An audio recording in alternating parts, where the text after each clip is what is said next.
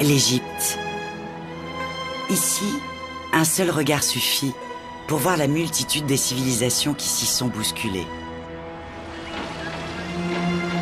Tour à tour pharaonique, grecque, romaine puis musulmane, l'Égypte est aussi la terre des tout premiers chrétiens.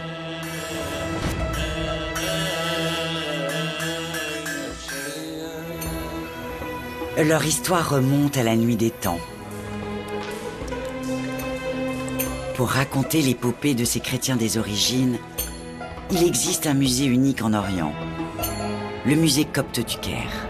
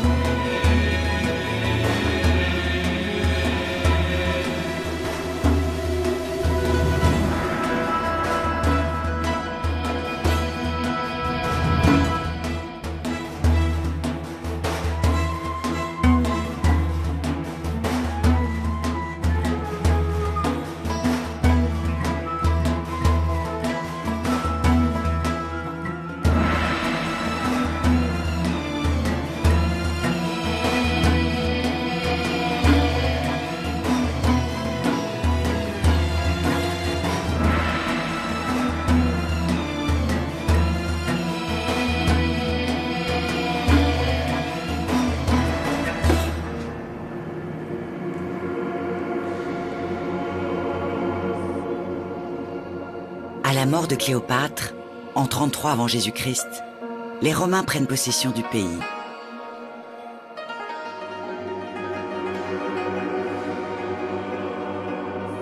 Il y reste alors 7 millions d'hommes et de femmes, héritiers de l'âge des pyramides.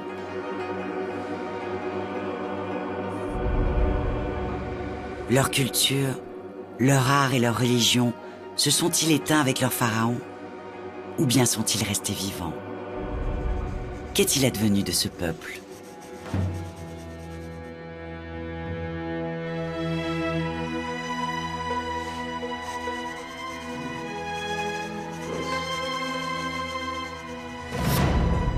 Je m'appelle Inianos. Je suis né dans l'Égypte ancienne. Et je peux vous raconter notre histoire. Oui, nos pharaons ont disparu. Mais nous, peuple copte, sommes restés vivants. Non, nous n'avons pas abandonné nos dieux. Tout commence en l'an 0 de notre ère. Je suis cordonnier de mon état. Un cordonnier comme les autres, jusqu'à un certain jour de ma vie où tout bascule.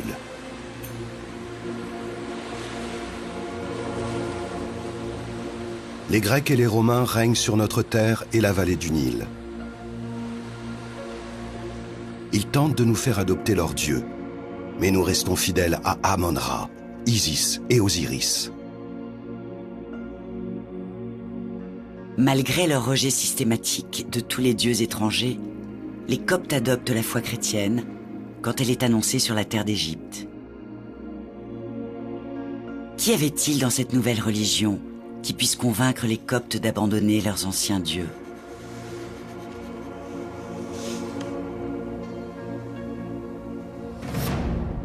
Nous sommes 80 ans après la mort de Cléopâtre.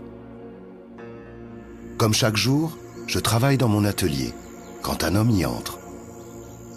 Il dit s'appeler Marc, venir de loin, et a besoin de faire réparer ses sandales. Quand je lui demande d'où il vient, il m'annonce la plus incroyable des nouvelles. Un nouveau pharaon est venu nous sauver. Son nom, Christ. J'écoute ce Marc, je le crois. Il me baptise, là, dans mon atelier, et je deviens le premier chrétien d'Égypte. Saint Marc est arrivé en Égypte 12 ans après la mort du Christ.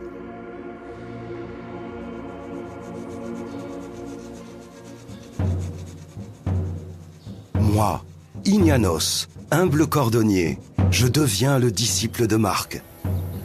Ensemble, nous partons évangéliser le peuple copte d'Égypte. La nouvelle de cet homme-dieu, ce Christ, se répand comme une traînée de poudre le long de la vallée du Nil, jusqu'aux provinces du sud. Là, près de la ville d'Assouan, un temple dédié à la déesse Isis continue à braver le temps. Marc a dit, le Christ est ressuscité. Avec Amon-Ra, notre dieu soleil renaissant chaque jour à la vie sur sa barque solaire, nous aussi croyons en la résurrection des âmes.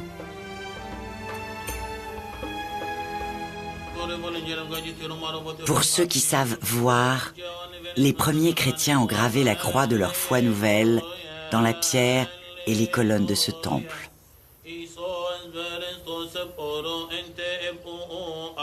Là où les prêtres des pharaons vénéraient les anciennes idoles, les chrétiens aménagent, au 1er siècle, la plus ancienne chapelle connue en Égypte.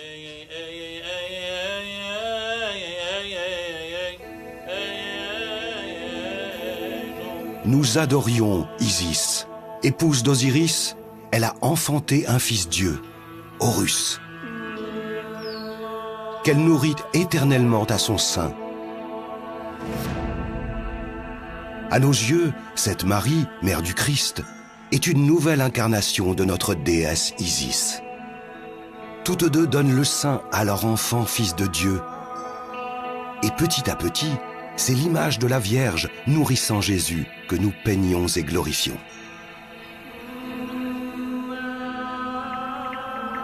Quand il grandit, l'enfant Dieu Horus prend la figure du faucon. Il est celui par qui les pharaons reçoivent le pouvoir divin. Jésus-Christ est lui aussi à la fois fils de Dieu et fils de l'homme. Au musée copte, d'autres indices troublants attestent des nombreuses passerelles qui se tissent entre culte pharaonique et foi chrétienne.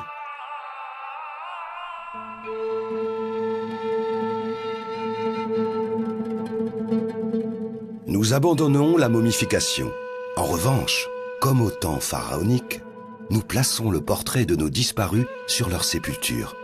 Il faut que l'âme, à la résurrection, puisse reconnaître son corps pour l'emmener avec elle dans sa vie éternelle. Au fil du temps, notre croix égyptienne, le Ankh, prend la forme de la croix sur laquelle Jésus a été crucifié par les Romains.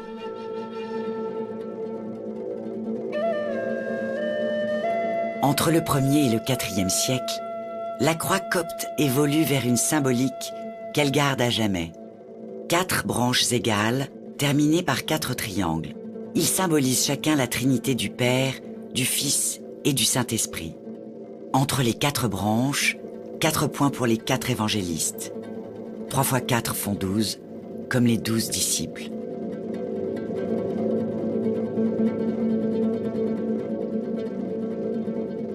Sur les pierres tombales, le dieu Anubis à tête de chacal, maître de la mort, reste la plus étonnante persistance des divinités pharaoniques. Dieu chacal régnant sur l'au-delà, il pèse l'âme des défunts pour leur ouvrir la voie de la résurrection ou de la damnation. On le trouve sur les stèles des défunts depuis le 1er jusqu'au 6e siècle. Sa figure évolue jusqu'à l'époque médiévale.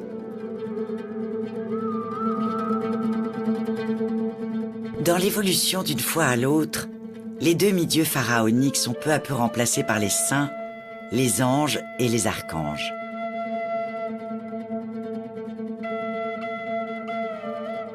Les ailes des vautours et autres rapaces divins se transforment peu à peu en ailes d'anges. Tout en épousant une nouvelle religion, nous changeons aussi notre représentation du monde. L'art copte se métamorphose. Le style pharaonique montre les visages de profil. Le gréco-romain les montre de face. Le mélange progressif entre les deux influences façonne une esthétique nouvelle. Elle donne naissance à l'art copte. Après les yeux démesurément allongés de nos anciens profils pharaoniques, nous dessinons des regards très grands ouverts. Une manière d'exprimer notre désir d'ouvrir notre âme à Dieu et au mystère de l'au-delà.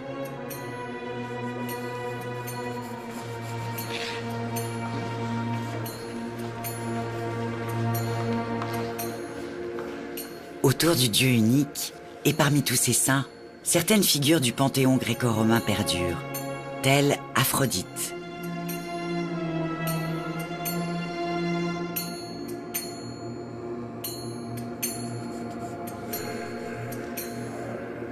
Déesse de la féminité, de la beauté et de l'amour, elle est née de la mer dans un coquillage, symbole de naissance et de résurrection, comme Isis, née des eaux du Nil.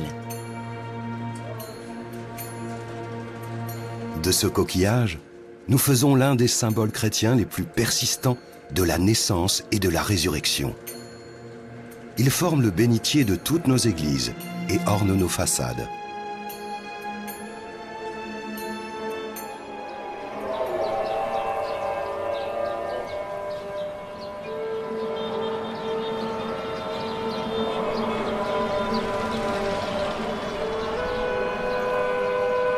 Aujourd'hui, les descendants coptes de ces premiers chrétiens forment près de 10% des 85 millions d'habitants de l'Égypte moderne.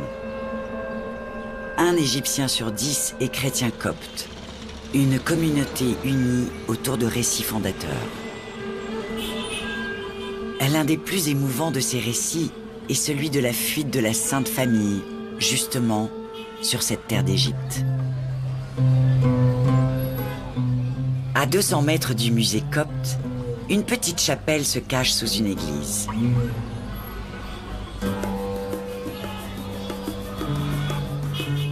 Elle est à 14 mètres sous le niveau actuel de la ville, là où se trouvait le sol il y a 2000 ans, à l'époque du Christ.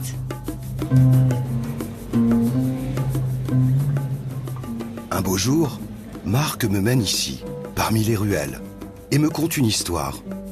Marie, Joseph et leur enfant Jésus, encore bébé, ont vécu ici, me dit-il. Les gens du quartier s'en souviennent encore. C'était une grotte à l'époque, que nous avons transformée en chapelle. Quand Jésus naît, Hérode le Grand, roi de Judée, a peur de perdre son trône. Alors, il ordonne le massacre de tous les nourrissons de son royaume. Joseph et Marie, pour protéger leur enfant Jésus, fuient et se réfugient ici, en Égypte.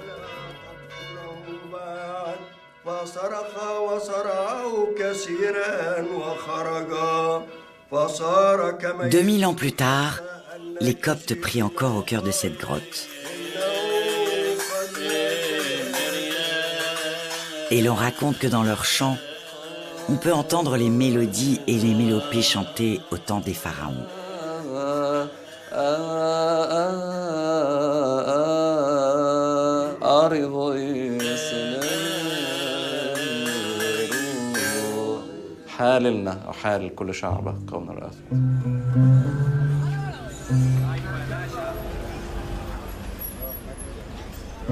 Un jour maudit, une foule en furie vient chercher notre maître Saint Marc. Ils lui passent une corde autour du cou et le traînent dans les rues pendant 2 jours.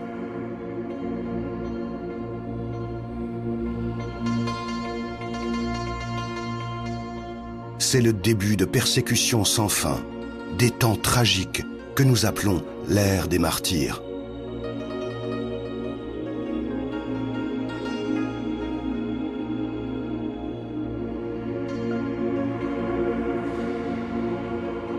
Notre première martyre femme est Sainte Barbara.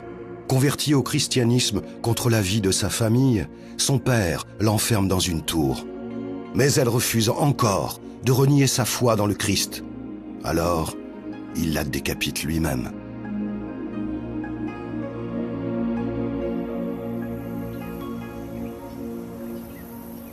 Les chrétiens ne faiblissent pas. Impuissants, les Romains finissent par les déporter hors des villes. Loin vers le sud, dans les sables et les temples de la Haute-Égypte, ils organisent un massacre méthodique. L'un des endroits les plus sinistres où nous déportent les Romains, est ce temple de Kom-Ombo. Là, ils nous jettent par dizaines, hommes, femmes et enfants, dans de profonds puits reliés au Nil, où des crocodiles attendent de nous dévorer.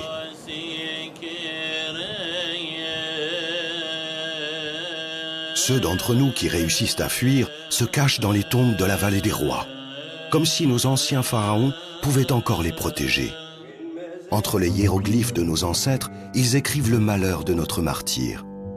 Même cachés sous terre, ils trouvent le moyen de consacrer un autel, de tracer le signe de la croix et de célébrer nos messes. Dans cette tombe de Ramsès IV, les suppliques des réfugiés chrétiens se superposent aux hiéroglyphes du livre des morts. Les chrétiens l'écrivent dans leur langue ancestrale, mais en lettres rouges, comme en lettres de sang.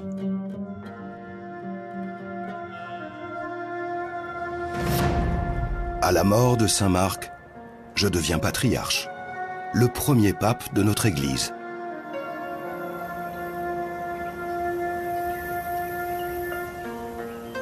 Le temps m'est compté pour sauver nos frères et leurs âmes.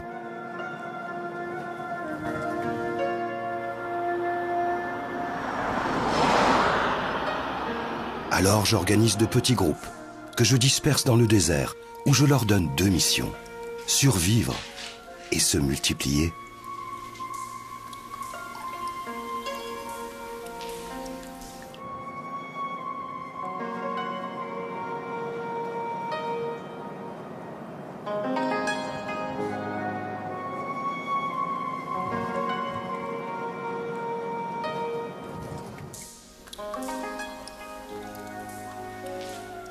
En quelques décennies, une multitude d'hommes et de femmes se réfugient en ermite, dans la solitude et la prière. C'est la naissance des premiers monastères du désert. Ils ont près de 1800 ans d'existence. Au-delà de fuir le vacarme du monde, c'est le désir d'un voyage qui pousse nos premiers ermites. Un voyage immobile vers le Christ. Le premier de nos pères du désert se nomme Paul de Thèbes. Né en 227, il vit 81 ans dans cette grotte du désert oriental, aux confins de la mer Rouge.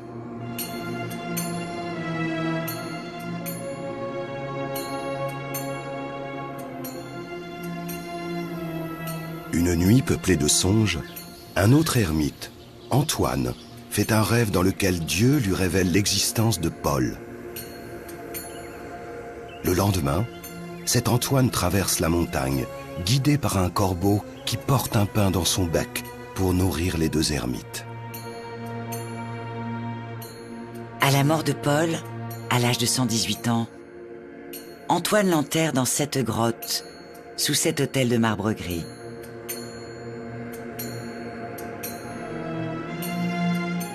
Deux lions viennent du désert pour l'aider à creuser de leurs puissantes griffes. أقول لكم بشكر شكرين يا أبانا الذي في السماوات ليتقدس اسمك ليأتي ملكوتك لتكن مشيئتك كما في السماء كذلك الأرض زادنا كفافنا أعطينا اليوم واغفر لنا ذنوبنا كما نغفر نحن أيضا للمسلمين إلينا آمين.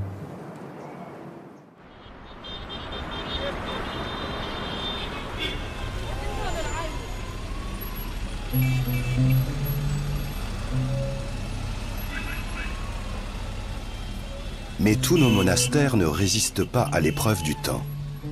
Si notre foi ne flanche jamais, les bédouins du désert ou les païens réussissent parfois à écrouler nos murs. Au musée copte, une salle entière est réservée aux vestiges d'un monastère détruit au XVIIIe siècle, le monastère de Saint-Jérémie.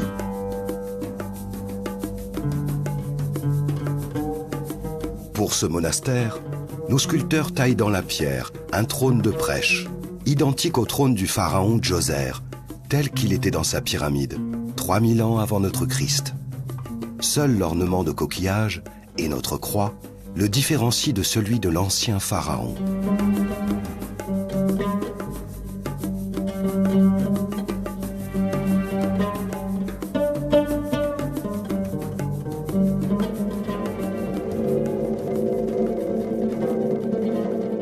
En 312, notre empereur Constantin se convertit. Rome devient chrétienne et les persécutions cessent enfin.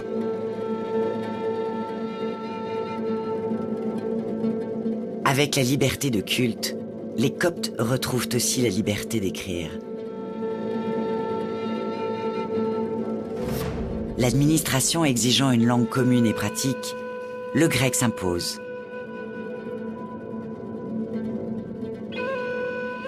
Les Coptes parlent encore leur langue et pour l'écrire, leurs scribes abandonnent peu à peu les hiéroglyphes pour mettre au point une nouvelle écriture plus universelle. Ils la façonnent à partir de l'alphabet grec, auquel ils ajoutent 7 signes coptes pour exprimer 7 sons qui n'existent que dans leur langue ancestrale.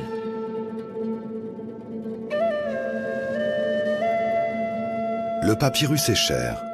Alors pour écrire, nous utilisons tout ce qui nous tombe sous la main. Omoplates de bovidés, tessons d'amphores cassés, pierres, plâtres ou briques. Moi, Aurelius Colutus, fatigué de lutter de mon corps, craignant de quitter la vie subitement et à l'improviste, Cher je fais époux, ce testament. pendant ton Je veux que absence, mon corps tes soit enfants grandissent, enseveli, autant que en l'on taille célèbre qu'en les sagesse. offrandes. Quand tes affaires te permettront-elles de revenir vers nous pour les voir grandir? Mère, avez-vous des nouvelles de la santé de père? Voici Supporte-t-il bien la tailleur, chaleur? les motifs que je souhaite voir brodés dans l'étoffe que je te fais parvenir. Les couleurs doivent en être... Voyez ce voleur de dattes, surpris pendant qu'il volait nos fruits. On lui a fait si peur qu'il en est tombé de son arbre.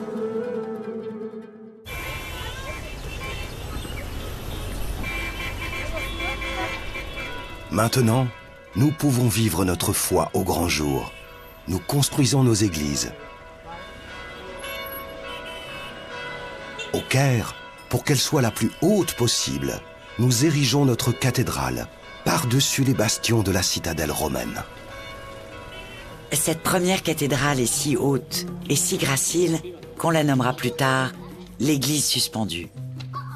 Parce qu'ils la hissent sur d'anciens murs, les architectes coptes, habiles héritiers des bâtisseurs de pyramides, construisent leur cathédrale de simples colonnes, d'arcs de plâtre et d'une charpente en bois, aussi légère que possible.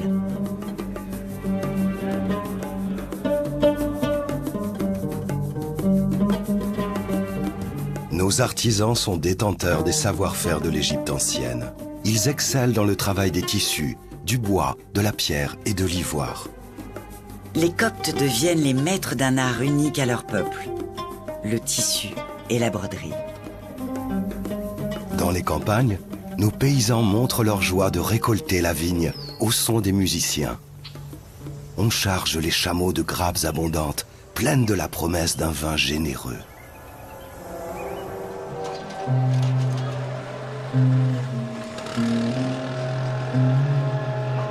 En 641, le général Amr ibn Alas, compagnon du prophète, fait la conquête de l'Égypte.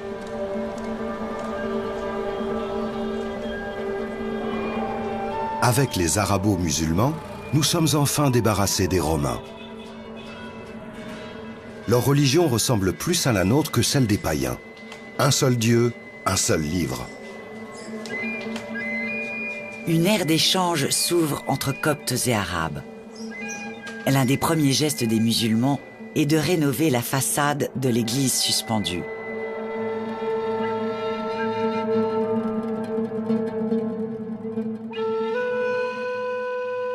Alors que l'arabe s'impose, les Coptes traduisent tous leurs textes dans cette nouvelle langue.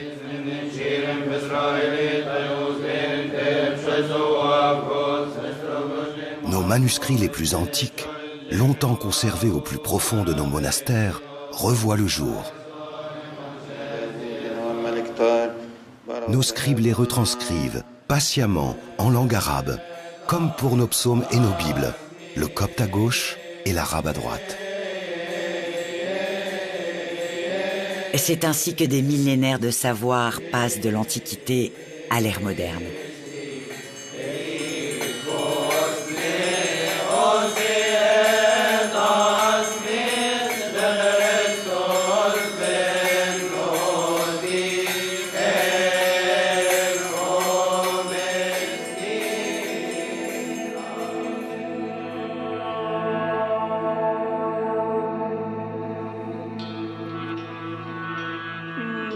Je suis mort un jour de l'an 82 après Jésus-Christ.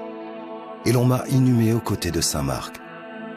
Un autre patriarche a pris ma place.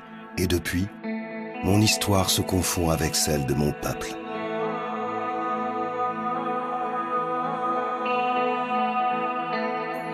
Maintenant que vous avez entendu mon histoire, vous savez que nous, Coptes, nés des pharaons, ne sommes pas un peuple oublié.